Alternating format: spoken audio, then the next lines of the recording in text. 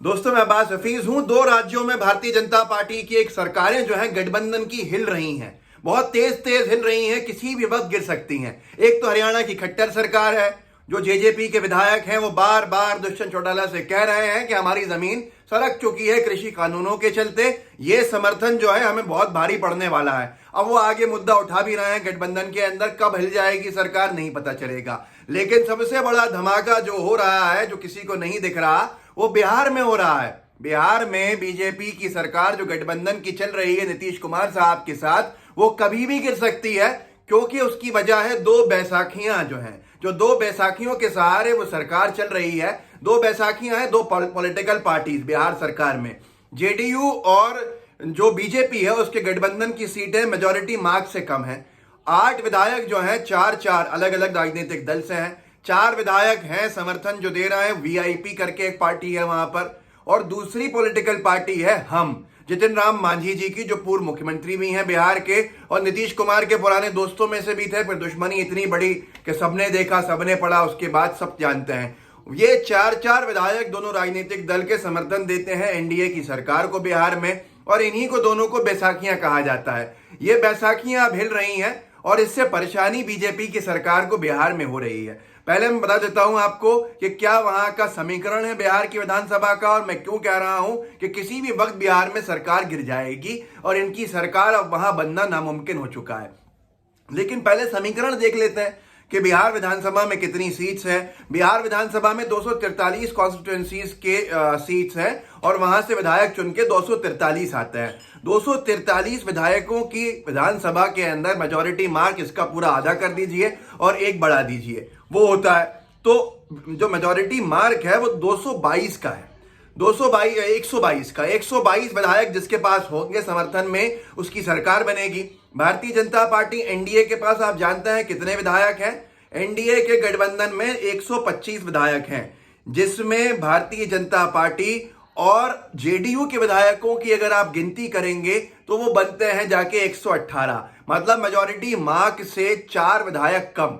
8 विधायक दो political party से आते हैं, एक है हम और एक है वीआईपी। हम के जितिन राम मांझी के बयान सुन लीजिए, और फिर मुख्यमंत्री नीतीश कुमार का बयान, जिसपे पलटवार किया है गिरिराज सिंह साहब ने। आपको समझ में आ जाएगा बिहार में कभी भी स्वाहा होने वाला है किसका? एनडीए की सरकार का। जितिन राम मांझी बहुत गुस्से में है, नीतीश बाबू भी गुस्से में है, पर वो गुस्सा इतना दिखाते नहीं है अपना, जितना जितिन राम मांझी ने खुल के बोल दिया है। जितिन राम मांझी के 4 विधायक अगर गठबंधन से बाहर हो जाते हैं तो याद रखिएगा एनडीए की संख्या बल एनडीए का हो जाएगा 125 में से 4 कम 121। मतलब सरकार गिर गई। इतने से के ऊपर ही मैं कह रहा हूं ना, बैसाखियां हिल रही हैं, कुर्सियां हिल रही हैं। जितिन राम मांझी ने कहा, जागरण ने छापा, बिहार में फूटा जितिन राम मांझी का सियासी बम, एनडीए में सीएम नीतीश के खिलाफ साजिश, तेजस्वी राज्य के भविष्य। जितिन राम मांझी ने कहा है कि एनडीए में भाजपा जो है वो साजिश कर रही है मुख्यमंत्री नीतीश कुमार के खिलाफ, और यह भी कहा है कि तेजस्वी यादव जो है वो बिहार का भविष्य है। तो आप समझ सकते हैं कि कितनी कुछ बातें कह चुके हैं जितिन राम मांझी, जिससे साफ समझ में आ रहा है कि किसी भी पल बीजेपी रेस्ट इन पीस इन बिहार हो जाएगी। आगे सुन लीजिए, बिहार एनडीए में सब कुछ ठीक नहीं दिख रहा है। हम के अध्यक्ष जितिन राम मांझी ने बीजेपी पर हमलावर होते हुए कहा है कि गठबंधन में नीतीश कुमार के खिलाफ आंतरिक साजिश हो रही है। इतना ही नहीं, उन्होंने तेजस्वी यादव को बिहार का भविष्य ही बताया है। असल में 2 ट्वीट्स किए हैं जितिन राम मांझी साहब ने। नीतीश कुमार साहब ने भी इस पर बोला है और उनके पलटवार भी बीजेपी ने किया है, वो भी सुन लीजिएगा, ताकि आप पूरी तरह से आश्वस्त हो जाएं कि सरकार बीजेपी की वहां बचेगी नहीं। खट्टर सरकार तो कभी भी जा सकती है, खट्टर साहब को तो रुकने भी नहीं दिया किसानों ने, तो वो तो है ही बात। जितिन राम मांझी साहब का एक ट्वीट 10 जनवरी 2021 का, 2 दिन पहले का, परसों का, सुबह 11:30 बजे। राजनीति में गठबंधन धर्म को निभाना अगर सीखना है तो नीतीश कुमार जी से सीखा जा सकता है। ये कौन कह रहा है? जितिन राम मांझी।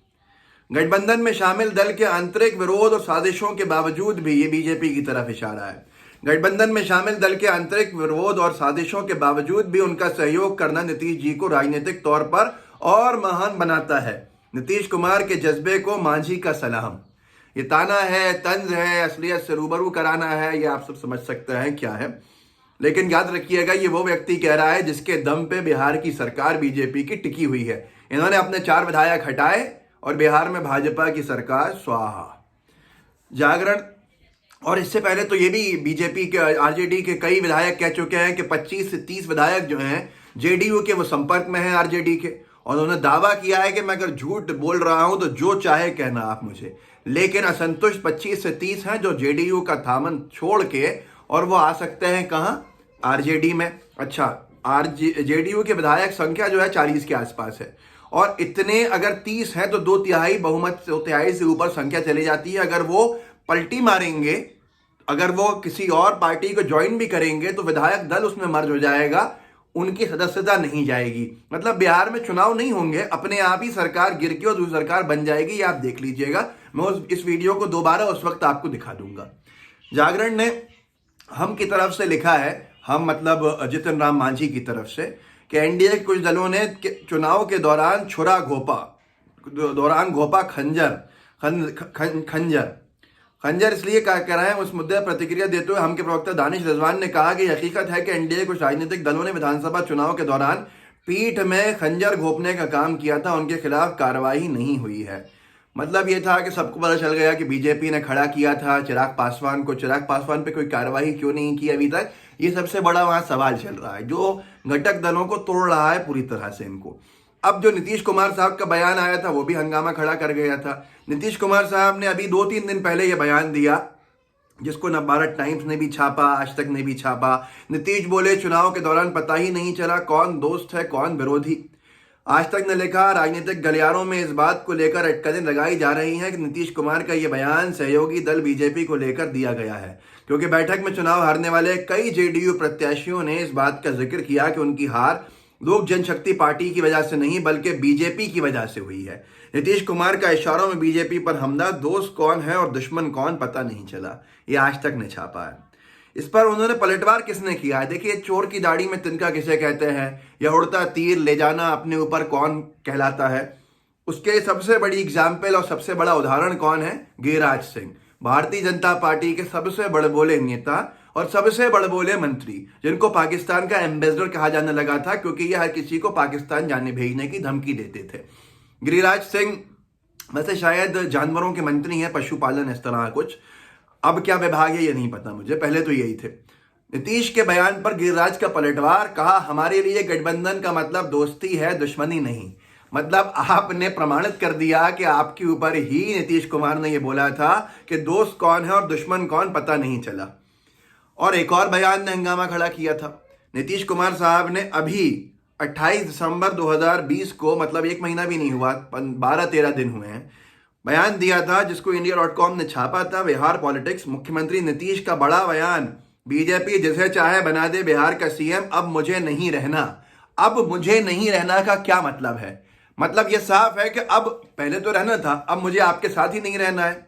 ये सारी की सारी बातें दर्शाती हैं कि बैसाखियों के सहारे भारतीय जनता पार्टी की बिहार की सरकार, वो बैसाखियां हिल रही हैं। जैसे ही बैसाखियां गिरेंगी सरकार खुद भी गिर जाएगी। जिस कुर्सी पे बीजेपी की सरकार और नीतीश कुमार बैठे हैं उसके चारों पैर हिल रहे हैं, और वो चारों पाए जो हिल रहे हैं वो सीधे सीधे संकेत दे रहे हैं बड़े परिवर्तन का, और ये बात बता रहे हैं कि आप धांधली से सत्ता तो हासिल कर सकते हो पर उसको बचाना बहुत मुश्किल है, क्योंकि जनमानस को तोड़कर जब आप सत्ता हासिल करते हो तो कहीं ना कहीं आप वो पाप करते हो जिसका कोई पश्चाताप नहीं होता, जिसका कोई प्रायश्चित नहीं होता। तो आने वाले समय में आपके ही सहयोगी आपका साथ छोड़ते हैं और सरकारें आपकी गिर जाती हैं। खट्टर सरकार के साथ भी यही हो रहा है। बिना कॉमन मिनिमम प्रोग्राम के हत्याई हुई सत्ता का ये हाल हो रहा है। किसान आंदोलन के भेंट चढ़ चुकी है उनकी सरकार कि कृषि कानूनों को रद्द न करने की वजह से बयान तक नहीं देने देना है।